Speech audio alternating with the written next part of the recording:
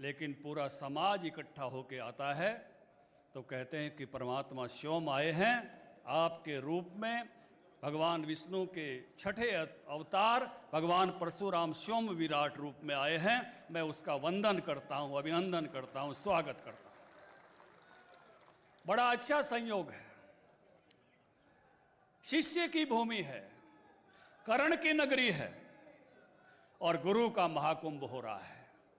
और इसका जो अवसर मुख्यमंत्री जी ने, यहाँ के सांसद ने, हमारे सभी सांसदों ने और पार्टी के वरिष्ठ सीनियर नेताओं ने जो दिया, यह अवसर वंदनीय है, अभिनंदनीय है, स्वागत योग्य है। जहां आज साक्षात प्रभु परशुराम खुश हो रहे होंगे, वहां कर्ण को भी आनंद हो रहा होगा कि मेरी नगरी में मेरे गुरु का सम्मान हो रहा है, स्वागत हो रहा है, वंदन हो रहा है, अभिनंदन हो रहा है। मुझे बहुत आनंद है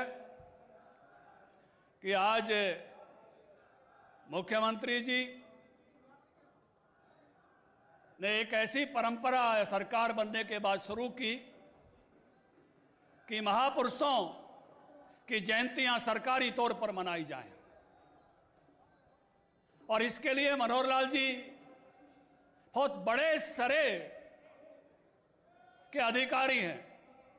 लेकिन आज मैं ये मानता हूं कि आपके हृदय के अनुसार आज का ये सम्मेलन भी ऐतिहासिक होगा।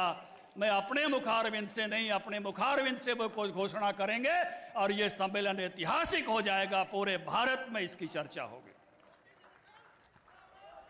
हमारे बीच में मेरे बहुत ही वरिष्ठ नेता, क्योंकि मैं विद्यार्थी परिषद में काम करता रहा हूं, मुझे लक्ष्मीनारायण भाला मराठी ब्राह्मण समाज से आते थे, अश्वनी जी और हम दोनों को जिन्होंने सिखाया, ऐसे बलवंत परशुराम आपटे जो महाराष्ट्र से आते थे, केवन गोविंदाचार्य जो तमिलनाडु से आते थे, जिनके साथ हमने उंगली पकड़ कर चलना सीखा, काम करना सीखा। उसी टीम के एक सदस्य अश्वनी चौबे जी पधारे हैं। मैं उनका हरियाणा की भूमि पर स्वागत करता हूं, वंदन करता हूं, अभिनंदन करता हूं और उस पूरी परंपरा को याद करना चाहता हूं कि भारत को भारत बनाने में, इस भारत को ऐसा बनाने में जहां भगवान परशुराम का योगदान था, विंध्याचल से आगे की भूमि जहां उनके तीर से प्रकट हुई थी, इस भारत को एकात्म बनाने में ब्राह्मण समाज का बहुत बड़ा योगदान है। चाहे वो शंकराचार्य केरल से चले हो,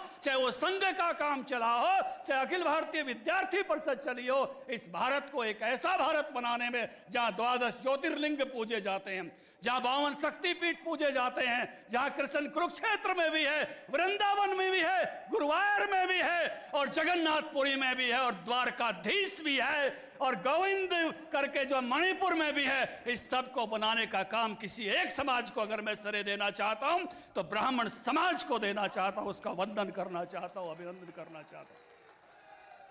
भारत को बहुत लोग महान मानते होंगे, लेकिन भारत की सबसे बड़ी महानता उस समाज में है जब कागज नहीं था, कलम नहीं थी, वेद याद किए गए, उपनिषद याद किए गए, इतने बड़े बड़े ग्रंथों को कंठस्थ करके रखा। कोई एक वेदी था, कोई द्विवेदी था, कोई त्रिवेदी था और आज हमारे बीच में चौबे जी के रूप में चतुर्वेदी है। इस परंपरा को शायद दुनिया में कोई ऐसी मिसाल नहीं होगी जिस समाज ने हजारों साल तक ज्ञान को याद रखा और उस ज्ञान को याद रखा जिसने दुनिया में घोषणा की कि किसी भी रास्ते से आओ मेरे तक आते हो, और उस ज्ञान को हमको बताया कि ये ज्ञान ऐसा ज्ञान है कि हम किसी किताब पर इसको रोकते नहीं हैं। कोई समाज 2000 साल 2500 साल पहले रुक गया, कोई 1500-1600 साल पहले रुक गया। मेरे ऋषि ने कहा चरैवेति नेति नेति, जितना ज्ञान था मैंने दे दिया, अब अपने ज्ञान के प्रकाश में आगे बढ़ो। आत्म दीपो भवै, आत्म दीपो भवै। ऐसे समाज को मैं नमन करता हूं, सारा हरियाणा उनको नमन करता है, हरियाणा दादा कह के बुलाता है। आज जो ये दादाओं के प्रतिनिधि उपस्थित हुए हैं, मेरा वंदन है, अभिनंदन है। मुझे आनंद है इस बात का कि रामविलास शर्मा जी के साथ उंगली पकड़ के हमने भारतीय जनता पार्टी सीखी है। मुझे आनंद है इस बात का कि मेरे संसद में हमारे साथी चाहे रमेश कौशिक जी हों, डॉक्टर अरविंद जी हों, वो बहुत अच्छा काम संसद में कर रहे हैं, चाहे डीपी वत्स जी हों, और मूलचंद जी तो मेरे साथ किसान मोर्चा में काम करते हुए आगे बढ़े हैं और वो भी आज बहुत अच्छे मंत्री के रूप में सारा काम संभाले हुए हैं। मेरी टीम में मोहनलाल कौशिक जी काम करते हैं और आज के आयोजन के और संजय जी को मैं भी बधाई देता हूं और मैं भी पैरवी करता हूं। धौड़ी की जमीन का मुद्दा मुख्यमंत्री जी आज आपकी वाणी से यहाँ जो समाज चाहता है वो मैं ये भी निवेदन करता हूं कि समाज की संस्थाओं को मुख्यमंत्री जी समाज को चलाने का मौका दिया जाए।